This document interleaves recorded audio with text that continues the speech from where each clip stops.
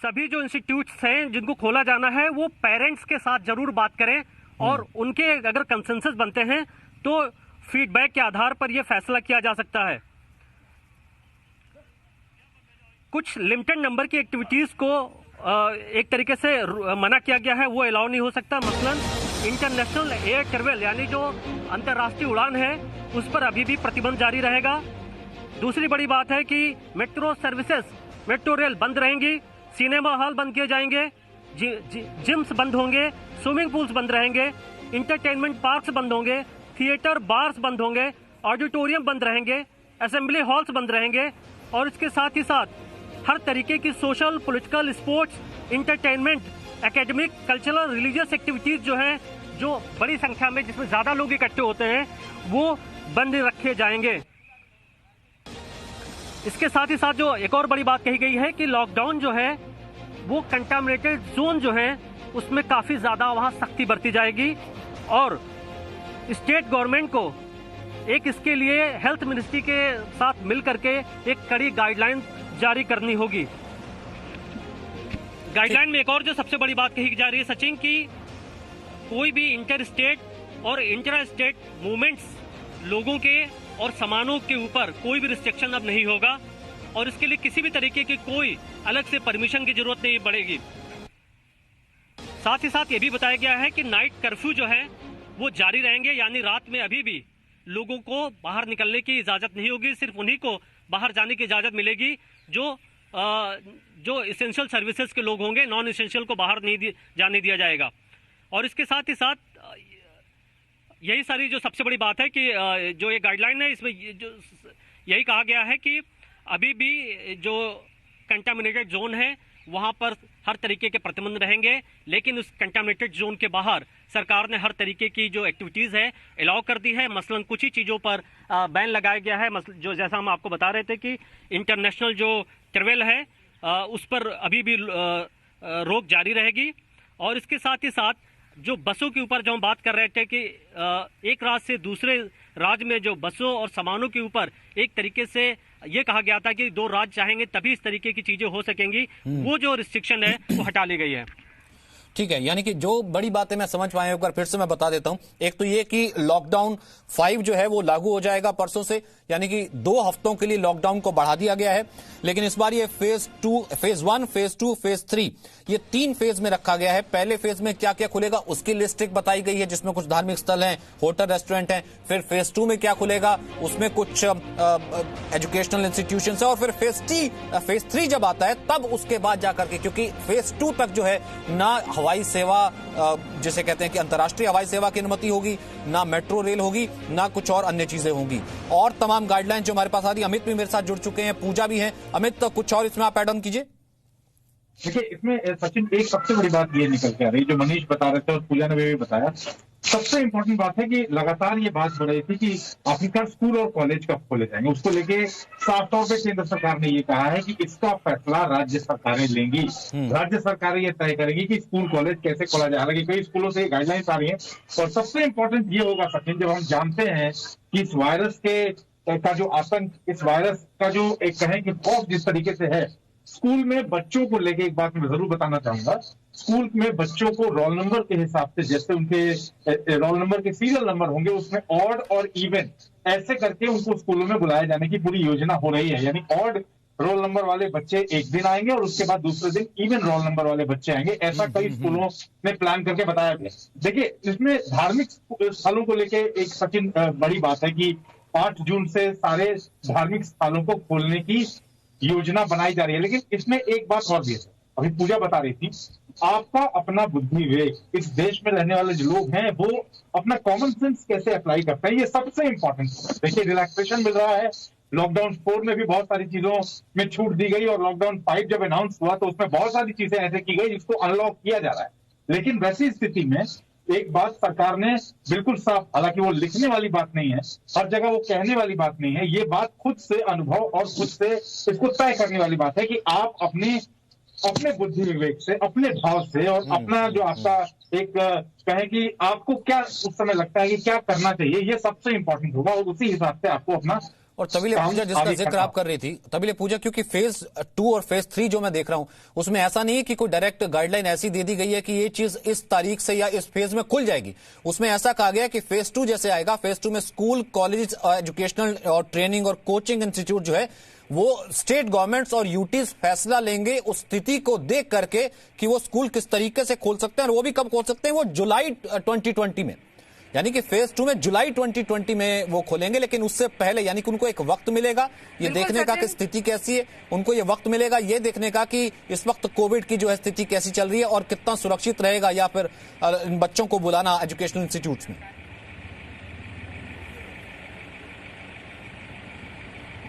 बिल्कुल सचिन, जो ये गाइडलाइंस है जिसमें फेज 1, फेज 2, फेज 3 है, उसमें फेज 1 में भी ये देखना होगा कि 8 जून से रेस्टोरेंट्स, होटल और सार्वजनिक स्थलों को यानी कि पूजा के स्थलों को खोलने की भी इजाजत दी गई है, लेकिन उसमें भी कंडीशंस अप्लाई है। उसमें यह कहा गया है कि हेल्थ मिनिस्ट्री से कंसल्टेशन करें और जो भी सेंट्रल मिनिस्ट्री के स्टेक होल्डर्स हैं यानी कि केंद्र सरकार के जितने भी महकमे इन सब सेवाओं को देखते हैं उनसे भी आप कंसल्टेशन करके इन चीजों को खोल सकते हैं। यानी कि एक बार फिर से राज्यों की भूमिका अहम हो गई है, लेकिन इस बार के लॉकडाउन 5 में यह साफ कर दिया गया है सचिन कि आने और जाने पर कोई पाबंदी ना रहे। तो जो हम देख रहे थे कि यूपी और हरियाणा की तरफ से अपने नियम लगाए जाते थे और कई बार बिना पास के लोगों को वापस लौटा दिया जाता था, उसकी वजह से बार बार केओस होता था। मीडिया पे बार बार वो चेहरे नजर आते थे, वो तस्वीरें नजर आती थी कि लंबे लंबे जाम लग गए और लोग परेशान हैं। उसको लेकर बहुत साफ है इस बार की गाइडलाइन कि आने और जाने पे कोई भी पाबंदी नहीं रहेगी, किसी तरह के अलग के पास की अनुमति नहीं रहेगी। हाँ, 7 से 7 का नियम यानी सुबह 7 से शाम के 7 का नियम हर किसी पर लागू रहेगा। एसेंशियल सर्विसेज उससे बाहर रहेंगी और यह भी साफ कर दिया गया है कि कंटेनमेंट जोन में ये आजादियां नहीं होंगी, यानी कि जहां पर कोरोना वायरस के बहुत ज्यादा मामले हैं, जिस दफ्तर को या जिस बिल्डिंग को सील किया गया है उनके लिए ये नियम नहीं है। वो जब तक उससे बाहर नहीं आ जाते, जब तक वहां मामले नहीं घट जाते, तब तक प्रशासन को यह आजादी रहेगी कि कंटेनमेंट जोन में पहले की तरह ही पाबंदियां रहें। लेकिन लॉकडाउन 5 मोटे तौर पर देश के लिए एक तरह से खोल दिया गया है। 30 जून तक की ये गाइडलाइंस हैं। 30 जून के बाद मुझे लगता है कि और ज्यादा आजादी मिलेगी, लेकिन इसमें जनता को अपनी जिम्मेदारी बहुत समझनी होगी, क्योंकि लॉकडाउन खोलने के साथ साथ ही हम देख रहे हैं कि कोरोना वायरस के मामले लगातार बढ़ रहे हैं और हम ये ताकीद कर दें कि जून और जुलाई में ये मामला पीक पर पहुंचेगा, यानी कि लोगों के लिए मुश्किल रहेगी। रोक रही हूं एक बार फिर से, जिन दर्शकों ने अपने टीवी सेट्स अभी ऑन किए उन्हें बता देते हैं कि 30 जून तक लॉकडाउन को बढ़ाया गया है। जी हाँ, 1 जून से लेके 30 जून ये तारीखें अब आप मार्क कर लीजिए। पहले 31 मई तक लॉकडाउन 4.0 रहा, अब लॉकडाउन 5.0 1 जून से लेके 30 जून तक। लेकिन एक बार फिर से वही बात जो हमने हर लॉकडाउन के बाद आपके सामने रखी कि किस तरह से लॉकडाउन का स्वरूप फेज वाइज चेंज होता चला गया, बदलता चला गया। जी न्यूज पर हम आपको लॉकडाउन 5.0 की जो गाइडलाइंस हैं सिलसिलेवार तरीके से हम आपको दिखा रहे हैं कि क्या कुछ लॉकडाउन 5.0 में हो सकता है। देखिए, 8 जून से धार्मिक स्थलों को खोले जाने की तैयारी है। इसके अलावा रात 9 बजे से सुबह 5 बजे तक किसी तरह की कोई रियायत नहीं है। क्या रियायत है, क्या पाबंदियां बरकरार हैं, सिलसिलेवार तरीके से आपको समझाने के लिए मेरे सहयोगी मनीष का रुख करते हैं। मनीष, हमारे दर्शकों को जिन्होंने अपने टीवी सेट्स अभी ऑन किए हैं, सिलसिलेवार तरीके से उन्हें बताइए कौन सी पाबंदियां जारी और कौन सी रियायतें। देखिए अदिति, जो सबसे बड़ी बात है कि गृह मंत्रालय का ये जो लॉकडाउन है जिसको हम लॉकडाउन 5 कह रहे हैं, इसमें अब जो जोन का सिस्टम है, जैसा हम देख रहे थे रेड और तमाम तरीके के जो दूसरे जोन हैं, ऑरेंज जोन है या ग्रीन जोन है, ये जोन सिस्टम खत्म हो चुका है। अब सिर्फ एक जोन की बात हो रही है, कंटामिनेटेड जोन की। गृह मंत्रालय का कहना है कि इस लॉकडाउन में जो कंटामिनेटेड एरिया है वहां पर कड़ी से कड़ी सख्ती होने की जरूरत है और उसको ज्यादा से ज्यादा स्टेट गवर्नमेंट को बोला गया है कि इंश्योर करे कि वहां किसी तरीके का मूवमेंट ना हो। लेकिन इसके साथ इस जो नया लॉकडाउन है इसको 3 फेज में बांटा गया थी। जो सबसे बड़ी बात यह है कि जो फेज 1 है उसमें यह कहा गया है कि 8 जून से जो सबसे बड़ी बात है कि रिलीजियस प्लेसेस, जो धार्मिक जो जगहें हैं जहां पर कई जो धार्मिक संगठन से जुड़े लोग थे वो डिमांड कर रहे थे कि अगर लोग सोशल डिस्टेंसिंग फॉलो करते हैं तो मंदिर, मस्जिद, गुरुद्वारे, चर्च खोल देने चाहिए। गृह मंत्रालय ने सबसे बड़ी बात कहा है कि जो रिलीजियस प्लेसेस हैं, पब्लिक रेस्टोरेंट्स हैं, होटल्स हैं और इसके साथ ही जो हॉस्पिटैलिटी सर्विसेज हैं, शॉपिंग मॉल्स हैं, जो बहुत इंपॉर्टेंट बात है, वो सभी 8 जून से खोले जा सकेंगे। और इसके लिए होम जो हेल्थ मिनिस्ट्री है उसके एसओपी जो है उसके गाइडलाइन है, इनको फॉलो करना होगा। दूसरी बड़ी बात की इसमें यह भी बात कही जा रही है कि जो फेज 2 है, जिसमें अगर आपने देखा तो कई जो पेरेंट्स हैं या कई स्कूल के लोग हैं वो परेशान हैं कि क्या स्कूल खोले जाएंगे, क्या एजुकेशनल इंस्टीट्यूट खुलेंगे। इसके लिए सरकार ने हाँ कर दिया है, यानी जुलाई से, यानी 1 जुलाई से कोई भी college, schools, educational training centre, coaching institutes ये खोले जा सकेंगे। लेकिन इसके लिए स्टेट गवर्नमेंट जहां ये इंस्टीट्यूट होंगे वहां से कंसल्ट लेना होगा, वहां से राय लेनी होगी, पेरेंट्स के फीडबैक लेने होंगे। मसलन अगर किसी क्लास में पेरेंट्स नहीं चाहते, मैक्सिमम पेरेंट्स, कि वो क्लास ना शुरू हो तो इसकी इजाजत नहीं मिलेगी। कहीं ना कहीं ये क्लास रखा गया है जो स्टेट और फीडबैक के बेस पर होगा। मनीष, मैं चाहती हूँ दर्शकों को बहुत सिंपल तरीके से फेज वाइज समझाते हैं। आपने 3 फेजेस का जिक्र किया है। सबसे पहले तो इन फेजेस को लेकर किस तरह से डिमार्केशन किया गया है, किस तरह से चरण है, इन तीन चरण हैं क्या, इनकी तारीखें क्या है, बताइए दर्शकों को। देखिए, पहली बात तो जो लॉकडाउन है वो 1 जून से लागू होगा, जैसा हम आप समझ रहे हैं। दूसरी बड़ी बात है कि 1 जून से सरकार ने कई तरीके की रिस्ट्रिक्शन हटा दी है, यानी 1 जून से अब किसी भी स्टेट में जो बसें हैं एक स्टेट से दूसरे स्टेट में चल सकेंगी। पहले आप जानते हैं कि ये बात कही गई थी कि 2 स्टेट के बीच में अगर कंसल्टेशन होगा, अगर उनका कंसेंट होगा तो ही बसें चलेंगी, यानी अब मूवमेंट हो सकेगी। किसी तरीके का कोई जोन का सिस्टम नहीं बताया है गृह मंत्रालय ने। जाहिर है कि पिछली बार ही स्टेट को ये कह दिया गया था कि वो डिसाइड करेंगे कि वो कौन से जोन को, किस एरिया को रखना चाहते हैं। तो अब कोई भी किसी तरीके का प्रतिबंध खत्म हो चुका है 1 जून से। लेकिन यहाँ एक कंडीशन है, कंडीशन ये है कि 8 जून से सरकार ने ये कहा है कि 8 जून के बाद से कुछ एक्टिविटीज फेज मैनर में, फेज वाइज शुरू हो सकती है। जैसा मैंने आपको बताया कि जो मंदिर, मस्जिद या जो रिलीजियस प्लेसेस हैं, होटल्स हैं, रेस्टोरेंट्स हैं, ये 8 जून से खोले जा सकेंगे। 8 जून से पहले नहीं खोले जा पाएंगे और इसका रास्ता साफ हो गया, बशर्ते हेल्थ मिनिस्ट्री के गाइडलाइन को इनको फॉलो करना होगा, यानी जो भी शॉपिंग मॉल्स हैं या होटल्स हैं, ये सारे खुल सकेंगे। ठीक है, पूजा मक्कड़, आपसे जानना चाहती हूँ पब्लिक ट्रांसपोर्ट को लेकर, ये जो नया फेज डाउन का, ये जो लॉकडाउन का फेज 5.0 है पब्लिक ट्रांसपोर्ट के लिहाज से, इसमें मैं इंक्लूड कर रही हूँ मेट्रो को और जो बसेस रहती है, लोकल बसेस रहती है, सबको इंक्लूड कर रही हूँ। दर्शकों की अंडरस्टैंडिंग के लिए बताइए, लॉकडाउन 5.0 में पब्लिक ट्रांसपोर्ट चलेगा, नहीं चलेगा, चलेगा तो कब चलेगा, कैसे चलेगा?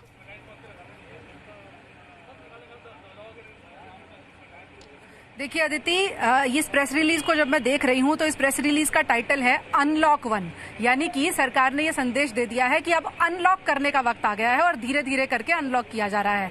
आपने पब्लिक ट्रांसपोर्ट की बात की तो बहुत सारी जगहों पर पब्लिक ट्रांसपोर्ट पहले से चल रही है, जैसे दिल्ली में सोशल डिस्टेंसिंग के साथ चल रही है। लेकिन इसमें अहम जानकारी यह है कि 3rd फेज में इंटरनेशनल ट्रैवल, यानी कि जो अंतर्राष्ट्रीय उड़ानें हैं वो, और मेट्रो सर्विसेज, इनको लेकर फैसला किया जाएगा, यानी कि आज की तारीख में और 8 जून में या 30 जून में फिलहाल वो बंद रहेंगी। मेट्रो में खास तौर पर क्योंकि सेंट्रलाइज्ड एयर कंडीशनर होता है, इसलिए उसका फैसला अभी रोका गया है और इसी तरह से इंटरनेशनल ट्रैवल को भी फिलहाल रोका गया है। इसका फैसला 3rd फेज में किया जाएगा, लेकिन सरकार ने यह साफ कर दिया है कि इंटर स्टेट ट्रांसपोर्ट राज्य आपसी सहमति से अब चला सकते हैं, यानी कि एक स्टेट से दूसरे स्टेट में बसेस के आने जाने पर कोई प्रतिबंध नहीं रहेगा। लेकिन अगर किसी राज्य को यह लगता है कि वहां पर मामले बहुत ज्यादा हैं और उसको कोई कंटेनमेंट फैसला लेना है तो वो उसका फैसला भी ले सकता है, बशर्ते वो उस फैसले के बारे में एडवांस में नोटिस दे, जनता को बताए। ये नहीं कि रात में 11 बजे फैसला ले और सुबह लोग परेशान होकर सड़कों पर खड़े हो जाएं। तो बहुत साफ कर दिया है, अनलॉक 1 नाम देते ही जो होम मिनिस्ट्री है उसने ये साफ कर दिया कि धीरे धीरे चीजों को खोलना है और सुविधाजनक तरीके से खोलना है। इसीलिए एक से दूसरे राज्यों में बसें चलाने का फैसला ले लिया गया है और अगर कोई राज्य किसी भी वजह से उसे बंद करने का फैसला लेता है, किसी भी सुविधा को, तो उसे पहले से जानकारी देनी होगी कि वो किस बिना पर बंद कर रहा है, कब से बंद कर रहा है और उसको कब चालू करेगा। ये इस गाइडलाइन में साफ कर दिया गया है। तो जो लोकल ट्रांसपोर्ट है मोटे तौर पर खुल गई है, इंट्रा स्टेट बसेस यानी एक से दूसरे राज्य में जाने के लिए बसेस खुल गई हैं, अंतर्राष्ट्रीय उड़ानों पर अभी पाबंदी है, मेट्रो सर्विसेज पर अभी पाबंदी है, ट्रेनें जैसा कि पहले ही रेलवेज बता चुका है कि जून के महीने से बढ़ा दी जाएंगी, वो बढ़ाई जाएंगी। तो अब लोग ऑनलाइन भी और खिड़की से भी टिकट ले सकेंगे, ये सुविधाएं भी जून के बाद से शुरू हो जाएंगी। तो पब्लिक ट्रांसपोर्ट का लब बोलू आप यही है।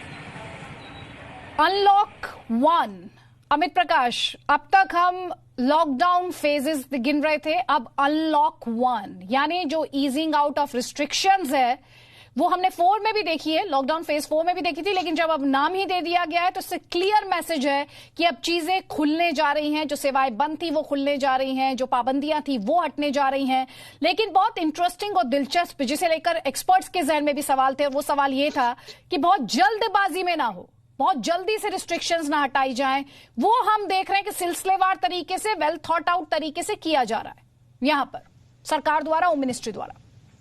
बिल्कुल, देखिए इसमें सबसे बड़ी बात जो अभी मनीष भी बता रहे थे, और इस पूरे अनलॉक 1.0 में जो सबसे बड़ी बात अदिति मुझे समझ में आ रही है वो ये कि पिछले कुछ दिनों से, या हम कहें कि पिछले कुछ हफ्ते से हम लगातार देख रहे हैं, एक राज्य से दूसरे राज्य जाने के लिए जो बॉर्डर पे इस तरीके से चेकिंग हो रही थी, पास मांगे जा रहे थे और लंबी लंबी कतारें, गाड़ियों की लंबी कतारें। आपको याद होगा, आपसे कुछ दिन पहले हम लगातार तस्वीरें भी दिखा रहे थे कि दिल्ली से अगर उत्तर प्रदेश की सीमा पर आप पहुंचते हैं तो 3 किलोमीटर 4 किलोमीटर लंबा जाम, क्योंकि प्रशासन कुछ तय करता है, उसके बाद ये होता है कि भाई जिनके पास पासेज होंगी वो जा पाएंगे, मजदूर नहीं जा पाएंगे, उनके पास पासेज नहीं है।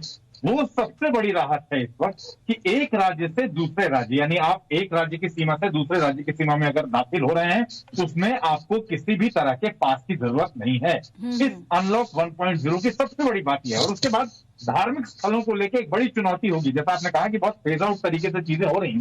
धार्मिक स्थल अगर 8 जून से खोले जाएंगे तो जिस तरीके से उनको खोला जाएगा, जिन शर्तों के साथ खोला जाएगा, वो भी बहुत इंपॉर्टेंट होगा। साथ साथ मॉल्स को, देखिए ये बात मेट्रो शहर में लगातार चलती रही और बड़े शहरों में कि आखिरकार मॉल्स कब खुलेंगे, शॉपिंग मॉल्स कब खुलेंगे, इसको लेकर लोग लगातार चर्चा कर रहे थे। उनको खोले जाने को लेके मॉल्स किस तरह की गाइडलाइंस तैयार करती हैं अपनी, नंबर 1, और नंबर 2 सरकार की जो गाइडलाइंस है उसमें क्या कुछ कहा गया है, किन डूज एंड डोंट्स के साथ उनको खोला जाएगा, ये सबसे इंपॉर्टेंट होगा। तो ये मुझे 2-3 चीजें अदिति लगती हैं जो सबसे इंपॉर्टेंट है। लेकिन वही मैंने कहा, मैं लगातार ये कह रहा हूं कि अपना बुद्धि विवेक इस देश के लोग अब ये तय करेंगे, और इतने दिनों के अनुभव के बाद ये अंदाजा लग गया है कि आप खुद से अपनी बुद्धि और विवेक से ये तय करें कि अगर ये सब कुछ खोला जा रहा है और आप अगर उसमें उस सिस्टम में इन हो रहे हैं, आप अगर ये सब कुछ शुरू हो रहा है और आप उसमें जा रहे हैं, आपको ये रियायतें दी जा रही हैं ताकि आप सावधानी के साथ, एहतियात बरतते हुए, बेपरवाह या लापरवाह हुए बिना आप इन रियायतों का फायदा उठाइए, इन्हें इस्तेमाल कीजिए ताकि किसी तरह के संक्रमण के केसेस में और स्पाइक ना देखने को मिले। आपको मुंबई लेकर चलते हैं, देश की कमर्शियल कैपिटल भी है। अंकुर त्यागी आपको स्क्रीन पर दिखाई दे रहे हैं। अंकुर, जिस तरह के रिलैक्सेशंस की बात यहां पर की जा रही है, मैं मुंबई में समझना चाहती हूं, क्योंकि महाराष्ट्र में केसेस बहुत ज्यादा हैं, खुद मुंबई में केसेस बहुत ज्यादा हैं, कंसर्न्स बहुत ज्यादा हैं, लेकिन at the same time commercial activity भी जरूरी है। मुंबई में खास तौर पर मैं आपसे समझना चाहती हूं, और महाराष्ट्र के परिप्रेक्ष्य में भी क्या पाबंदियां और क्या रियायतें?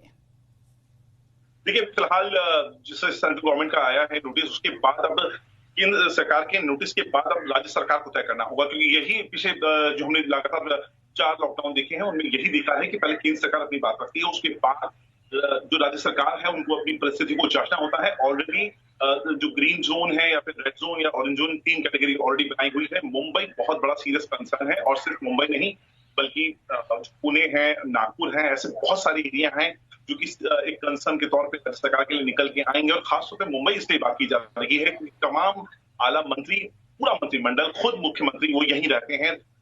इसके अलावा जितनी भी जो 3 पार्टियों का ये कोलैबोरेशन है, महाअघाड़ी जो इसको कहा जाता है सरकार को, तीनों पार्टियों के जो नेता हैं वो यहाँ पर रहते हैं। और ये जो सिटी है, यहाँ अभी तक 1173 मौतें हो चुकी हैं, 36,700 से ज्यादा मामले सामने आ चुके हैं। ऐसे में कितने रिलैक्सेशंस इस लॉकडाउन 5.0 के बाद ये जाएंगे, ये राज्य सरकार को तय करना है। आज के पास नोटिफिकेशन आएगा, उसके बाद एक मीटिंग होगी और मीटिंग के बाद ये डिस्कस किया जाएगा और फिर तय किया जाएगा कि मुंबई का तमाम जो महाराष्ट्र है किस तरह के रिलैक्सेशंस के लिए जगह बन पाएगी या नहीं बन पाएगी। ब्रह्म प्रकाश दुबे, 3 बड़ी खबरें इस वक्त। लॉकडाउन जो है, अगर लॉकडाउन के लिहाज से बात की जाए तो फेज 5 स्टार्ट हुई है, लेकिन एक्चुअली वो अनलॉकिंग की फेज है, लॉकडाउन से बाहर निकलने की फेज है, जिसे अनलॉक फेज 1 नाम दिया जा रहा है, 1.0 नाम दिया जा रहा है।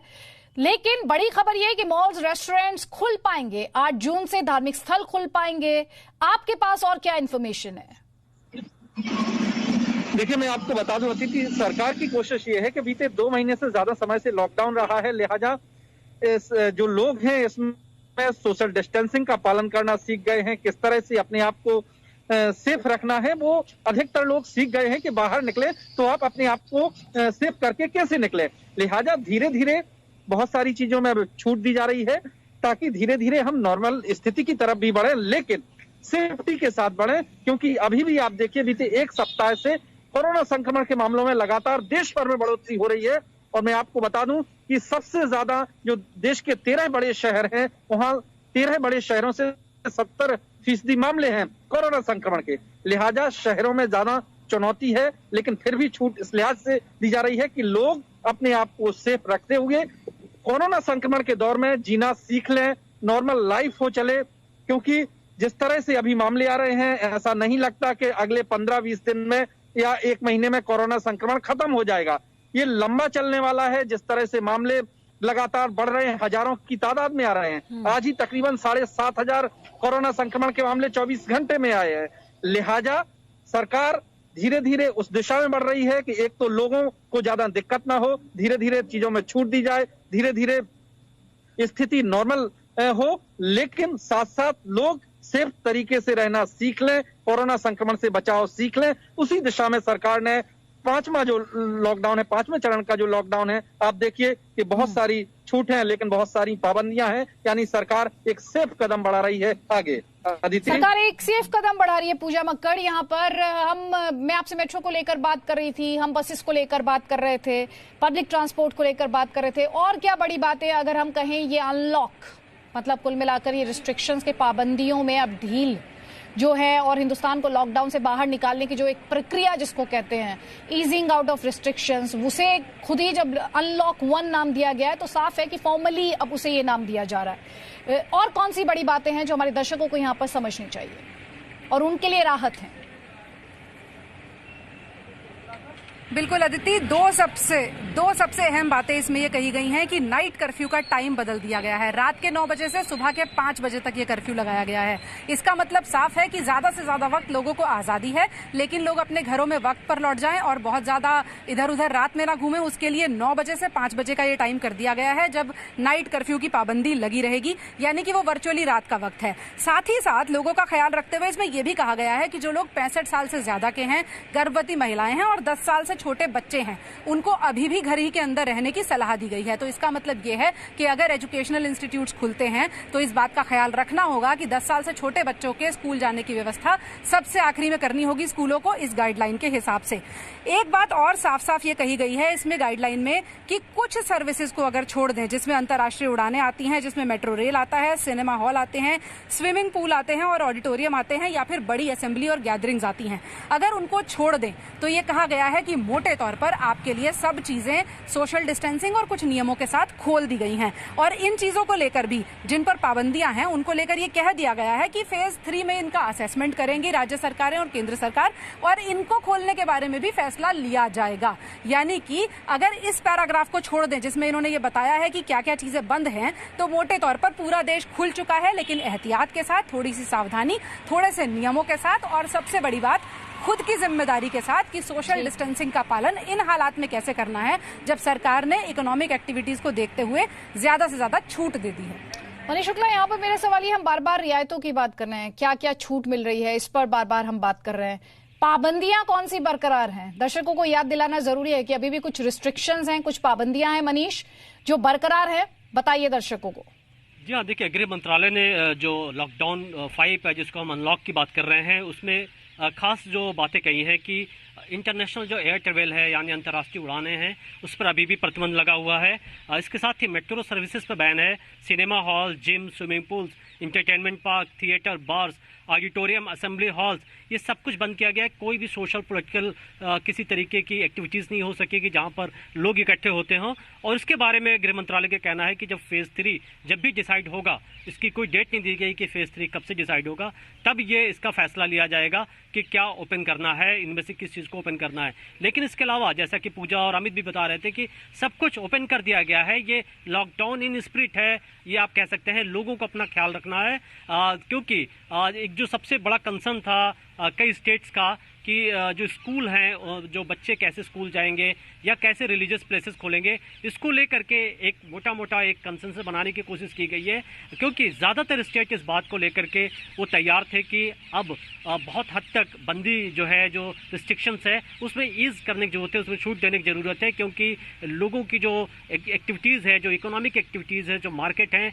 वो अब खोले जाने चाहिए, क्योंकि लोग समझदार हो गए हैं, लोगों को खुद मालूम है कि किस तरीके से अपने आप को बचाना है। तो आप ये कह सकते हैं कि सिर्फ कंटामिनेटेड जो जोन है, जो हॉट स्पॉट है, जो देश के 13 शहरों में बहुत ज़्यादा चिंता की बात है, क्योंकि 70% से ज़्यादा जो कोविड के मामले हैं देश के 13 शहरों में मिले हैं, जिसके अगर हम नाम भी आपको बताएं तो दिल्ली, मुंबई, कोलकाता। ठीक, अमित प्रकाश, यहाँ पर हम बार बार लॉकडाउन फेज 5 की भी बात कर रहे हैं और अनलॉक फेज 1.0 की भी बात कर रहे हैं, पर क्या फैक्चुअली ये करेक्ट नहीं होगा कि इसे हम अब अनलॉक फेज 1.0 कहें, ये देखते हुए कि अब पाबंदियां धीमे धीमे हटते हुए और रियायतें बढ़ते हुए, और ये ईजिंग आउट ऑफ रिस्ट्रिक्शंस है, यानी अब लॉकडाउन सिलसिलेवार तरीके से हट रहा है? देखिए अदिति, ये बात बिल्कुल साफ है। जिस तरीके से आज जो प्रेस रिलीज आई है और सरकार ने जो गाइडलाइन जारी की है, उसको देखते हुए ये हमें समझ लेना चाहिए कि इसमें लॉकडाउन वाली चीजें, जिन चीजों को उन सीमित दायरों में रखा गया है जो अभी भी बंद रहेंगी, वो कम है। ज्यादा से ज्यादा चीजों को अगर आप देखेंगे तो वो खोलने वाली स्थिति में, और उसको एक बहुत ही रणनीति तरीके से, एक बहुत स्ट्रेटेजिक तरीके से खोलने के लिए सरकार ने तय कर लिया। तो इसको अनलॉक 1.0 कहना ही सही होगा। और इसीलिए आप देखिए, सबसे बड़ी बातें जो मुझे इसमें समझ में आई, अभी जब मनीष भी बता रहे थे, जब शॉपिंग मॉल खोले जाएंगे, होटल खोले जाएंगे, ये दो सबसे अहम चीजें हैं जिसको लेके आप किस तरीके से रिएक्ट करते हैं, आप किस तरीके से बाहर व्यवहार करते हैं, आप किन सारी सावधानियों के साथ, किन डूज एंड डोंट्स के साथ, जो डूज एंड डोंट्स आपको पिछले कुछ महीनों से लगातार फॉलो करने के लिए कहा जाता रहा, वो सब नहीं छोड़ना है आपको। इस बात को आपको ध्यान रखना है।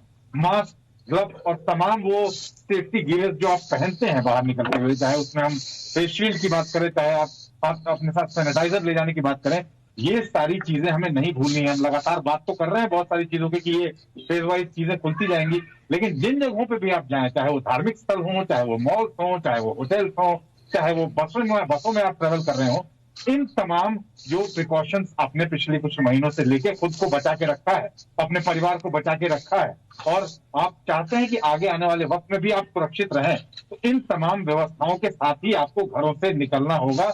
इस बात को ध्यान रखिएगा। अनलॉक 1.0 जरूर सरकार ने तय किया कि चरणबद्ध तरीके से खोलना है, लेकिन सरकार का वो मैसेज बिल्कुल क्लियर है।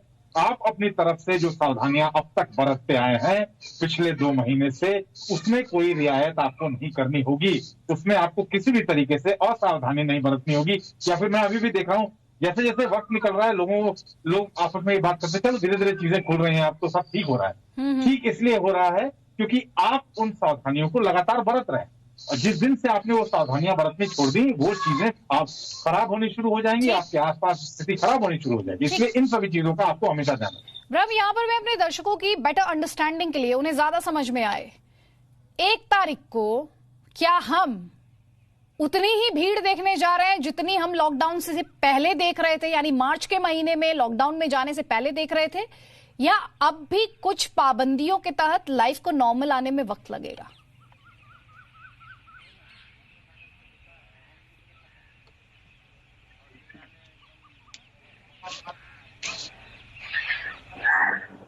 चलिए, ब्रह्म के साथ हमारा संपर्क टूट गया है। पूजा, आप अगर इस सवाल का जवाब दे पाए।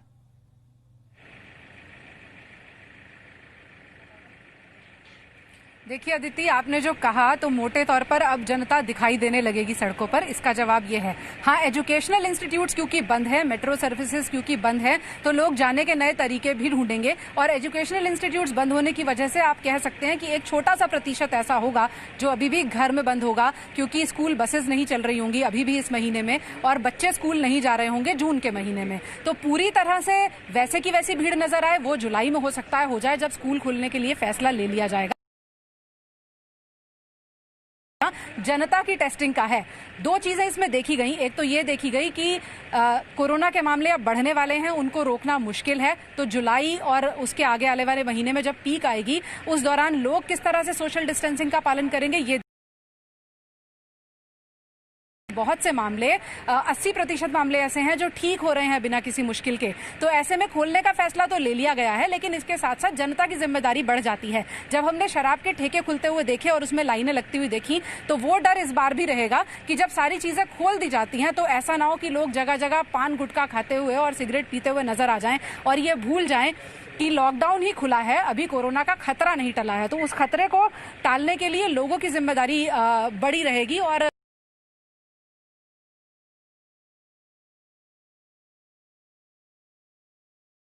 मिली है कि कोरोना वायरस के खतरे को भूल दिया जाए।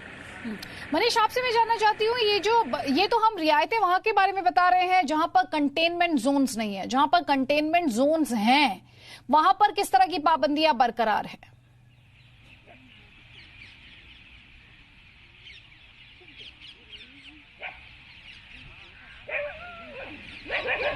मनीष, आप तक आवाज पहुंच रही है? बिल्कुल। अच्छा जी अदिति, देखिए जो कंटामिनेटेड जोन है जिसकी आप बात कर रही हैं, वो कंटामिनेटेड जोन केसेस के हिसाब से डिसाइड होंगे। कंटामिनेटेड जोन बढ़ रहे हैं, ये हम जानते हैं। जो देश के मेट्रोपॉलिटन सिटीज़ हैं वहाँ काफ़ी ज़्यादा चिंता की बात है और एक बहुत बड़ा कंसर्न है, क्योंकि आप दिल्ली में देख रहे हैं 1000 से ज़्यादा डेली केसेस निकल रहे हैं।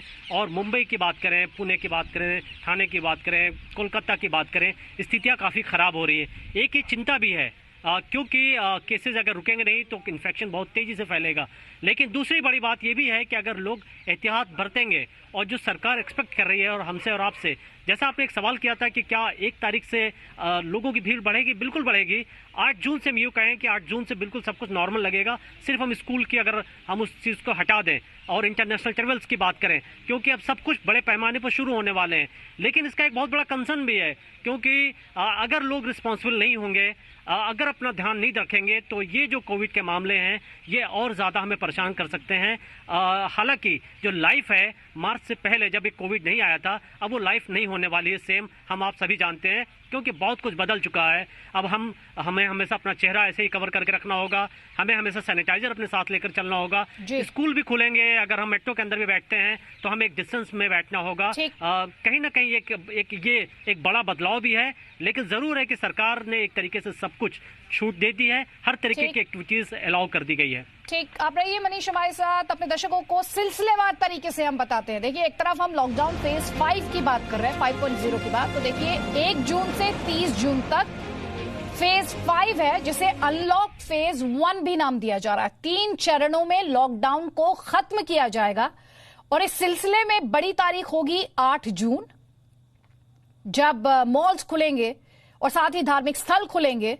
इसके अलावा जो इंटर स्टेट बसेस है, थोड़ी देर पहले मेरी सहयोगी बता रही थी, वहां पर वो खुल जाएंगी। इसके अलावा कंटामिनेटेड जोन्स जो हैं, कंटेनमेंट जोन्स मुझे कहना चाहिए, वहां पर पाबंदियां बरकरार रहेंगी। सिलसिलेवार तरीके से एक एक कर पॉइंट हम आपको दिखा रहे हैं। 8 जून से कैसे धार्मिक स्थल खुलेंगे मैंने आपको बता दिया। अब जो कर्फ्यू होता था उसके घंटे कम कर दिए गए हैं। अब सिर्फ रात के 9 बजे से सुबह 5 बजे तक ये कर्फ्यू रहेगा। लेकिन cinema halls, gym and swimming pool, इन पर पाबंदी बरकरार है। जो शैक्षणिक संस्थान हैं, जो स्कूल्स हैं, कॉलेजेस हैं, उन पर फैसला जो है वो राज्य सरकारों पर छोड़ा गया है। वहीं जो मेट्रो रेल चलाने की बात है, ये फैसला तीसरे चरण में होगा। मेट्रो सर्विसेज आप जानते हैं बंद हैं। इसके अलावा जो अंतर्राष्ट्रीय जो उड़ानें हैं, जो अंतर्राष्ट्रीय उड़ानों की सेवा है, आप जानते हैं डोमेस्टिक सर्विसेज को खोला गया है, लेकिन जो इंटरनेशनल फ्लाइट्स हैं उन पर पाबंदी बरकरार है और उस पर फैसला तीसरे चरण में लिया जाएगा। अमित प्रकाश, हम जब 3rd फेज की बात कर रहे हैं तो हम किस पीरियड की बात कर रहे हैं, यह भी हमारे दर्शकों के लिए यहां पर समझना जरूरी होगा।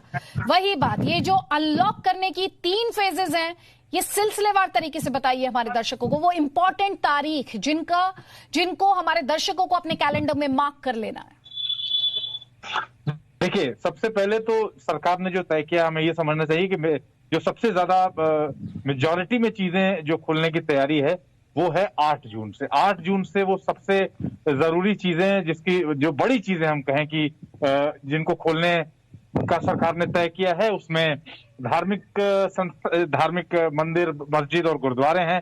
साथ साथ एक बात और भी है, मनीष जो बात लगातार बता रहे थे, और उसमें कंटेनमेंट जोन्स के बाहर जिस तरीके की आर्थिक गतिविधियों पर में छूट देने की बात कही जा रही है, फैक्ट्रीज को जिन रियायतों के साथ, उद्योगों को जिन रियायतों के साथ खोले देने की बात की जा रही है, उसको लेके एक स्पेशल अलग से गाइडलाइन सरकार जारी करेगी कि आखिरकार, क्योंकि हम सब ये जानते हैं अदिति की सबसे ज्यादा जो प्रभावित हुए हैं वो उद्योग प्रभावित हुए हैं, इकोनॉमी सबसे ज्यादा उद्योगों की वजह से प्रभावित हुई है। तो वैसी स्थिति में 8 जून से शॉपिंग मॉल, सैलून, होटल और रेस्टोरेंट खोले जाएंगे और इसके ट्रेनें खोलने का फैसला किया गया, लेकिन मेट्रो को खोलने का फैसला नहीं किया गया। अंतर्राष्ट्रीय विमानें अभी उनका आवागमन अभी बंद रहेगा, लेकिन डोमेस्टिक फ्लाइट्स हमें लगातार सरकार की तरफ से एक गाइडलाइंस के तहत उनको चलाया जा रहा है। तो ये सब चीजें हमें इसलिए समझनी है कि सरकार, ये बहुत ब्रेनस्टॉर्मिंग के बाद ये फैसले लिए गए हैं और इन फैसलों के पीछे एक पूरी स्ट्रैटेजी है। हम ये समझ लेते हैं कि ये तमाम चीजें जो तय की जाती हैं या जिनको खोलने का फैसला किया जाता है, वो एक ऐसे तरीके से तैयार किया जाता है जिसमें लगता है कि सरकार ने सरकार की एक टीम बैठी और उसने तय कर दिया कि ये चीजें हम खोलेंगे। नहीं, सरकार की ब्रेनस्टॉर्मिंग की जब हम बात कहते हैं ना, तो उसमें तमाम मंत्रालय इन्वॉल्व होते हैं, तमाम उसमें डिपार्टमेंट्स इन्वॉल्व होते हैं और उसके बाद उसके प्रोज एंड कॉन्स सबके उसके नफा और नुकसान को देखते हुए कि क्या खोलना और क्या बंद रखना, किस हिसाब से, किस समय के हिसाब से और कितने वक्त के हिसाब से सही रहेगा, ये सब कुछ सरकार बहुत नाप तोल के तय करती है। और इसीलिए हम ये कह रहे हैं कि ये अनलॉक 1 जो है, उसमें आप अपने विवेक का, आप अपनी समझदारी का परिचय जरूर दीजिए, तभी आगे आने वाले वक्त में ये धीरे धीरे जब चीजें खुलेंगी तो आप सुरक्षित रह के अपने जीवन को, अपने परिवार के जीवन को आगे। तो देखिए मेरे स्क्रीन पर आप देख रहे हैं क्या खुला है और क्या बंद है। तो देखिए धार्मिक स्थल 8 जून से धार्मिक स्थल खुलेंगे, लेकिन इंटरनेशनल फ्लाइट्स पर, आपको बार बार बता रहे हैं, इंटरनेशनल फ्लाइट्स पर पाबंदी बरकरार है। उसे लेकर फैसला जो है फेज 3 में क्या खुलेगा। 8 जून से शॉपिंग मॉल्स खुल जाएंगे। देखिए जो कलर स्कीम है, इसे ऐसे समझ लीजिए, ग्रीन में हम आपको बता रहे हैं जो रियायतें हैं और रेड में जो पाबंदियां बरकरार हैं। तो शॉपिंग मॉल्स खुल जाएंगे 8 जून से, लेकिन पाबंदी जारी रहेगी जिम और स्विमिंग पूल्स पर, वो पाबंदी बरकरार रहेगी। इसके अलावा होटल्स और रेस्टोरेंट्स खुल जाएंगे 8 जून से, लेकिन सिनेमा हॉल्स, वहां पर पाबंदी फिलहाल जारी रहेगी। वहां पर किसी तरह की रियायत अभी नहीं दी जा रही है। तो ये हम आपको दिखा रहे हैं सिलसिलेवार तरीके से कि कौन सी पाबंदियां और कौन सी रियायतें आपको मिलने वाली हैं। लेकिन शायद अब इस फेज को अनलॉक 1.0 कहना ही ज्यादा बेहतर होगा। मनीष, अगर हम इस खबर को अपने दर्शकों को इस तरह से समझाएं कि दरअसल ये लॉकडाउन 5.0 है कंटेनमेंट जोन्स के लिए, लेकिन ये अनलॉक 1.0 है, ये केसेस नहीं है या कम है। जी हाँ दीदी, बिल्कुल परफेक्ट आपने ये टर्म दिया है। जाहिर तौर पर जो लॉकडाउन है ये हॉट स्पॉट के लिए है, जिसको हम कंटेनमेंट जोन भी बात कर रहे हैं, लेकिन इसको अगर हम छोड़ दें तो एक तरीके से सब कुछ अनलॉक हो चुका है, बशर्ते उसको एक फेज वाइज, उसको 3 फेज में बांट दिया गया है, क्योंकि सरकार अभी भी टेस्ट कर रही है। देखिए अचानक आप सिनेमा हॉल खोल देते हैं, ऑडिटोरियम खोल देते हैं, लोग अचानक निकलने लगेंगे, पूरी फैमिली बाहर निकलने लगेगी, लोग अननेसेसरी सड़कों पर आने लगेंगे, और ये एक मुश्किल हमारे लिए क्षण हो सकता है कोविड को कंट्रोल करने के लिए। यह आपको मानना पड़ेगा कि अभी भी कोविड का थ्रेट है, और ये किसी को समझना नहीं चाहिए कि थ्रेट ये चला गया, ये सरकार की जिम्मेदारी नहीं है, हमारे और आपकी जिम्मेदारी है। और जैसा हम अपने स्क्रीन पर दिखा रहे हैं, और जैसा क्या खुलेगा क्या नहीं खुलेगा, अगर आप इसको ध्यान से थोड़ा देखें तो ये सब कुछ दिखा रहा है कि कहाँ भीड़ कम है उसको अलाउ करना है, और कहाँ भीड़ ज्यादा होगी उसको अलाउ नहीं करना है। और जैसे जैसे केसेस कंट्रोल होंगे, सरकार फेस मक्कड़ हमारे साथ हैं। पूजा, हमारे दर्शकों को समझाइए कि कैसे जो मास्क हो, सैनिटाइजर हो, सोशल डिस्टेंसिंग हो, लॉकडाउन हटते हुए, अनलॉक फेज 1.0 आगे बढ़ते हुए, लेकिन ये कैसे हमारी जिंदगी का हिस्सा बन चुके हैं, क्योंकि मास्क अब मैंडेटरी है।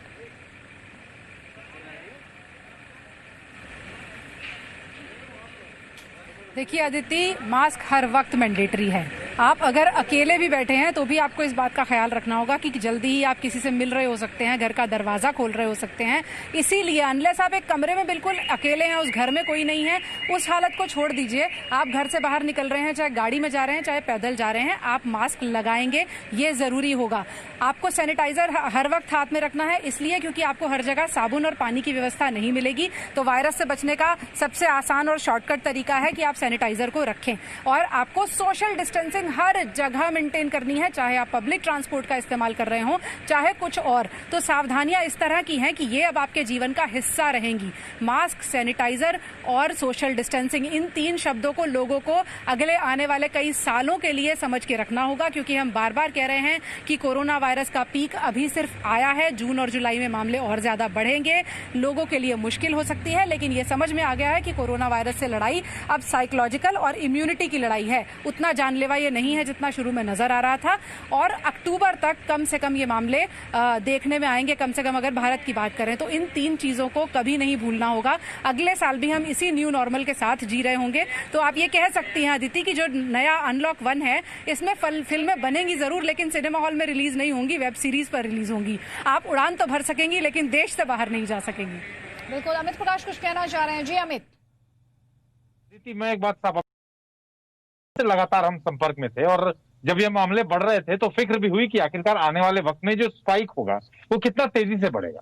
वैसी स्थिति में कुछ डॉक्टर्स ये साफ कह रहे हैं कि देखिए ऐसा हो सकता है, आप जिस तरीके से, जैसे हम लोग रिपोर्टिंग करने के लिए बाहर जाते हैं, फील्ड में डॉक्टर्स हैं, पुलिस के लोग हैं, ये लोग जो लगातार बाहर निकल रहे हैं, जो फील्ड में काम कर रहे हैं, वैसे लोगों में हो सकता है आप जिन जगहों पे जा रहे हैं वहां हो सकता है ये वायरस आपके शरीर में आया हो, कुछ दिन आपके शरीर में रहा हो, लेकिन आपकी प्रतिरोधक क्षमता, आपने लगातार उन चीजों का ध्यान रखा हो, जो बेसिक चीजें जैसे कि गर्म पानी पीने जैसी बातें जो कही जा रही हैं, आपके गार्गल करने की जो बातें कही जा रही हैं, जो आप घर में काढ़ा बना के पीते हैं उसकी बात कही जा रही है, विटामिन सी की गोलियां आप लगातार खा रहे हैं, अगर ये आप लगातार करते रहे तो कुछ डॉक्टर्स ये भी कह रहे हैं कि हो सकता है वो 1 हफ्ते आपके शरीर में वो वायरस रहा हो और वो निकल भी गया हो और आपको पता भी न चला हो। ऐसे तकरीबन 70 से 80% लोग इस देश में होंगे, ऐसे कई डॉक्टर्स कह रहे हैं।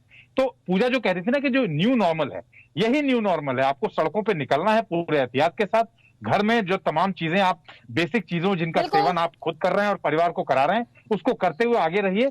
डरने की जरूरत नहीं है, हाँ, लेकिन सावधानी से निकलिएगा तो आप भी सुरक्षित रहिएगा और आपका परिवार भी सुरक्षित। बिल्कुल, सावधानी बचाव है। मुंबई का रुख कर लेते हैं, मेरे सहयोगी राकेश त्रिवेदी हमारे साथ है। राकेश, बहुत सारी रियायतें, बल्कि अब ये कहना चाहिए कि कंटेनमेंट जोन्स को छोड़ दें तो ये बेसिकली अनलॉक फेज 1.0 है। लेकिन मैं आपसे महाराष्ट्र के संदर्भ में पूछूं तो महाराष्ट्र के लोगों के लिए क्या रियायतें और कौन कौन सी पाबंदी बरकरार, ये जानते हुए भी कि संक्रमण के केसेस बहुत ज्यादा हैं वहां पर?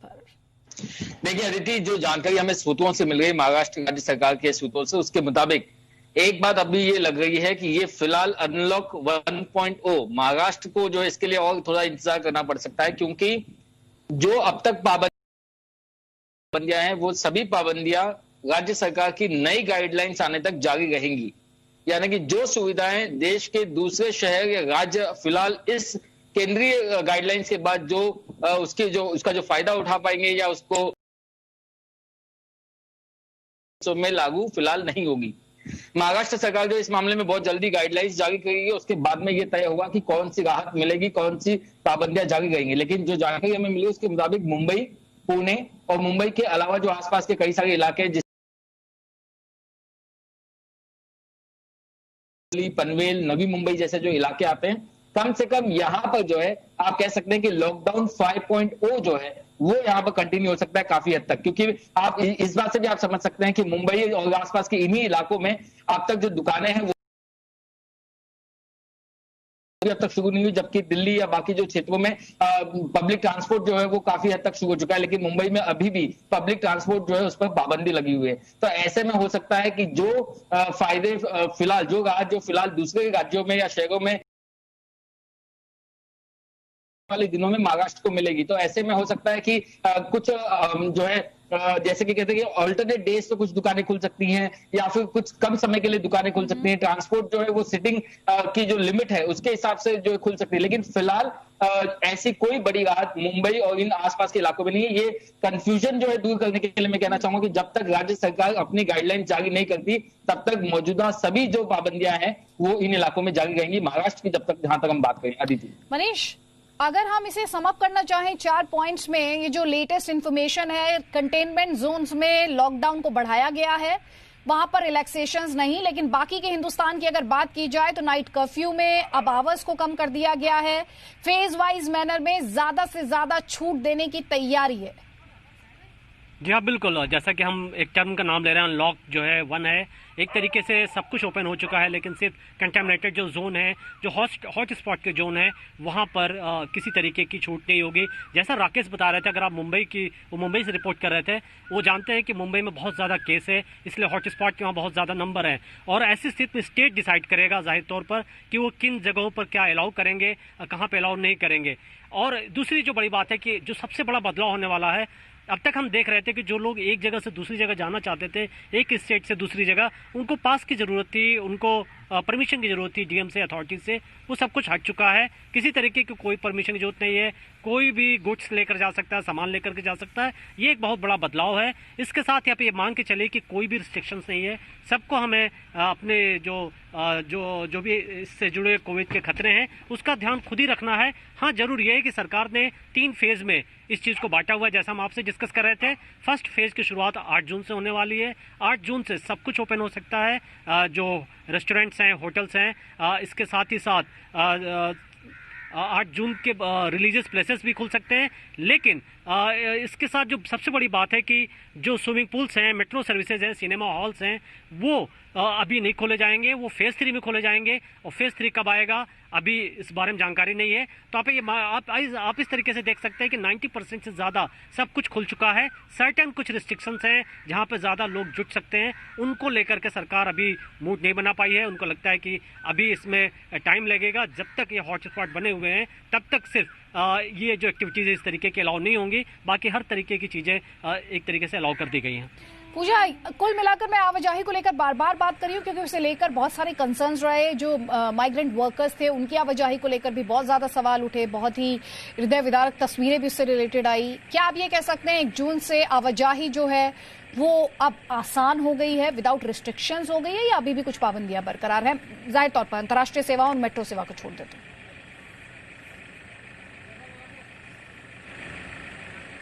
देखिए अदिति, अभी जो मुंबई से राकेश ने कहा, उसी का एग्जाम्पल लेते हुए मैं ये दर्शकों को ऐसे समझाना चाहूंगी कि मुंबई में कोरोना वायरस के बहुत सारे मामले हैं और वहां के मुख्यमंत्री ने ये तय किया कि अभी वहां कुछ नहीं खुलेगा। दिल्ली में भी कोरोना वायरस के बहुत सारे मामले हैं, लेकिन यहाँ के मुख्यमंत्री ने ये तय किया कि धीरे धीरे चीजें खोल दी जाएंगी। तो ये भी इस बार देखना होगा। लॉकडाउन 5 में जो ये प्रेस रिलीज आई है, इसमें साफ तौर पर राज्य सरकारों को अधिकार दिए गए हैं और ये कहा गया है कि राज्य सरकारें अपने विवेक से चीजें तय करें। तो मुंबई का एग्जाम्पल लेते हुए हमें इस बात का ध्यान रखना होगा कि बहुत से राज्य इन गाइडलाइंस में अपने हिसाब से थोड़े बहुत फेरबदल करेंगे। जिन चीजों को हम अभी खुला और बंद बता रहे हैं, वो हो सकता है राज्यवार तरीके से बदल जाएं। जैसे दिल्ली में सब खुला है ज्यादा मामलों के बावजूद, लेकिन मुंबई में नहीं खुला है। साफ कर दिया गया है कि एक से दूसरे राज्य में जाने की जो दिक्कतें आ रही थी, वो अब राज्य सरकारें केवल तभी लगाएं जब वो बहुत जरूरी हो और उसके बारे में पहले से जानकारी दे दें। यानी राज्य सरकार को अधिकार देते हुए ये ताकीद भी कर दी गई है कि अगर आप कोई भी प्रतिबंध लगा रहे हैं अपने इलाके में, तो उसका रैशनल होना चाहिए, उसका कोई तर्क होना चाहिए, तभी वो प्रतिबंध आप लगाएंगे। पर ये कहने के साथ ऑल सेड एंड डन, ये जरूरी है बताना कि राज्य सरकारों के पास अभी भी अधिकार है कि वो इन गाइडलाइंस को अपने हिसाब से लागू करें, ना करें, फेज्ड मैनर में करें या क्या करें। तो लॉकडाउन 5 पूरे तौर पर अगर समअप करें, 90% तरीके से खुला है। लेकिन जिन 13 शहरों में 60% से ज्यादा मामले कोरोना वायरस के भारत में हैं, वहां को लेकर अगर राज्य सरकारें अपना फैसला लेती हैं और शहर के हिसाब से भी ले लेती। No signal, no worry, presenting Zee News app with live TV, latest updates and expert opinion, available on Google Play and App Store. Download it now.